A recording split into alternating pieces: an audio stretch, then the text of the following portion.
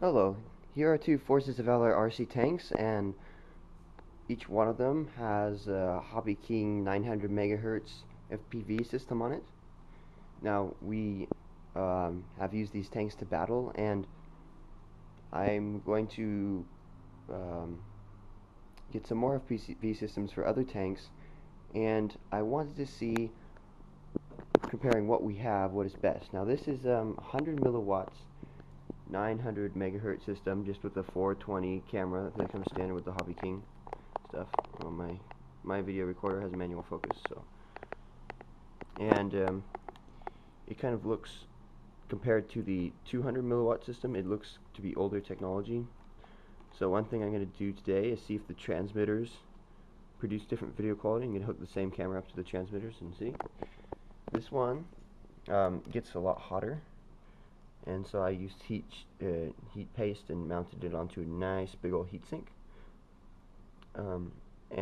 It seems newer. It has dip switches to set the channels instead of, as you can see, this is actually my brother's, so he mounted his differently. Instead of this little pin connector, of course, he doesn't have it on there, so he gets the 900 megahertz band, unfortunately, 910 megahertz.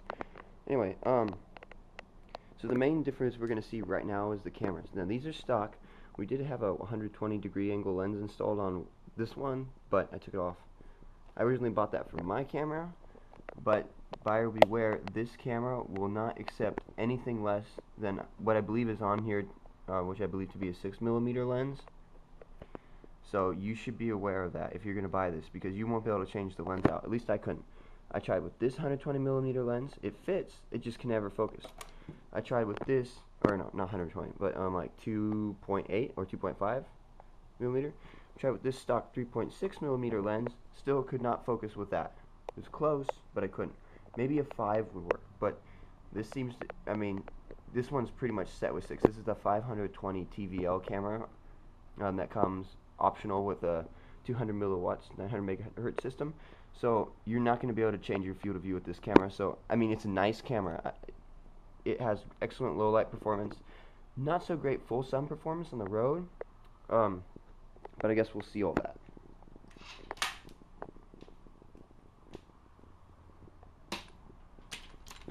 So here we're looking at the Hobby King. Well, right now we're really just testing cameras. So this is the 420 TV line camera. Okay, so I gotta get this set up so it's stationary. That looks pretty good. Okay, so what you're seeing is the 420 TV line camera, and we're gonna compare that real quick to the 520, 420? I think it was 420, yeah. So here's the 520. And these are totally stock. As you can see, oh, well, okay, that's actually not part of the TV. As you can see, yeah, this is pretty good view of the TV. That's pretty much what you see. And with this camera, I repeat, at least I could not, and I contacted Security 2000, and they could not recommend a lens that would fit this camera. So you will not be able to change your field of view with the 500 TVL camera that comes optional on some of the systems. At least the one I got.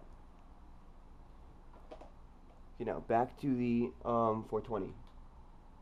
What happened? Okay, there we go. I changed one channel too many. So as you can see, there is a huge difference in quality. I mean, this one is just maybe it's out of focus. I don't know. Let me try focusing it better. Now that one, to me, at least to my eyes, looking at the TV, is horrible compared to this one. And I hope you can see that there's just a giant difference. Okay?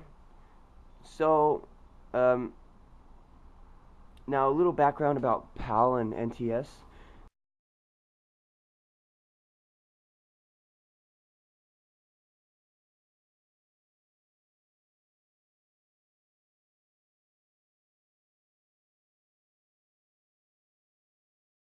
Got around 570 or so versus 480. So PAL will give you, according to Wikipedia, this is exactly right. I know this much. 20% resolution increase, and there's not really any drawback to that besides the frame rate for PAL, and I know this to be a fact also, is 25 frames per second, whereas NTS should be 30 frames per second, but both of which are higher than our native frame rate of 24 frames per second, which is what, according to my biology teacher, what the human eye sees. So both of those should look just as fluid, except unless you're like stressed, and then your eyes can see higher frame rates from what I remember. So then you might not, then NTS would probably be better for you, especially if you're flying. But for the highest resolution, you want to use PAL if your devices support it. So this is 500 TV line camera. Actually, it might be limited to 480 TV lines. But now let's try swapping transmitters and see if we get the same images. So I undid my beautiful wiring job to make this possible, and I'm going to run over and show you that really quickly.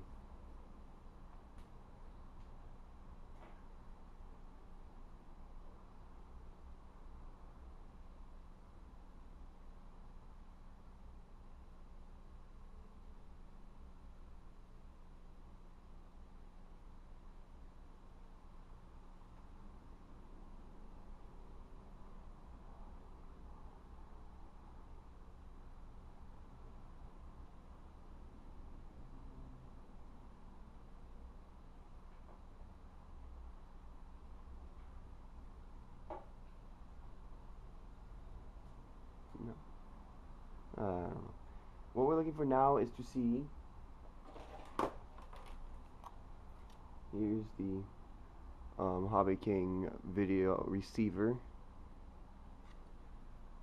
We want to see if the 520 is any less in quality than it was before. And well, I can say that I can't compare them visually like this, but in the video editing software for this video, I will take a still, or I'll try to get a little clip from the other transmitter and compare it to this real quick, so we'll see what happens there. But it doesn't look all that different, and of course this doesn't look any improved.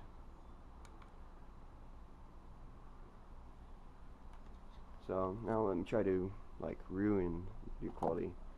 Okay, that's different polarization, no. Well, of course this will work, right? Unscrew the antenna. Yep, of course. So, actually it seems like that one 420 TVL camera is actually giving some kind of interference, because I mean, if this is the 200 milliwatts transmitter right here, and it's having trouble versus the 100 milliwatts transmitter now, and the 200 milliwatts, 200 milliwatts again, what's with this? Why is it different? So I would say, if you're going to get the Hobby King system, the 100 milliwatts transmitter looks fine to me, but you need to get a different camera. That's the final recommendation. So this has been informative for me. Now I have to put everything back together. But this has been informative, and I hope it helps you make a good decision.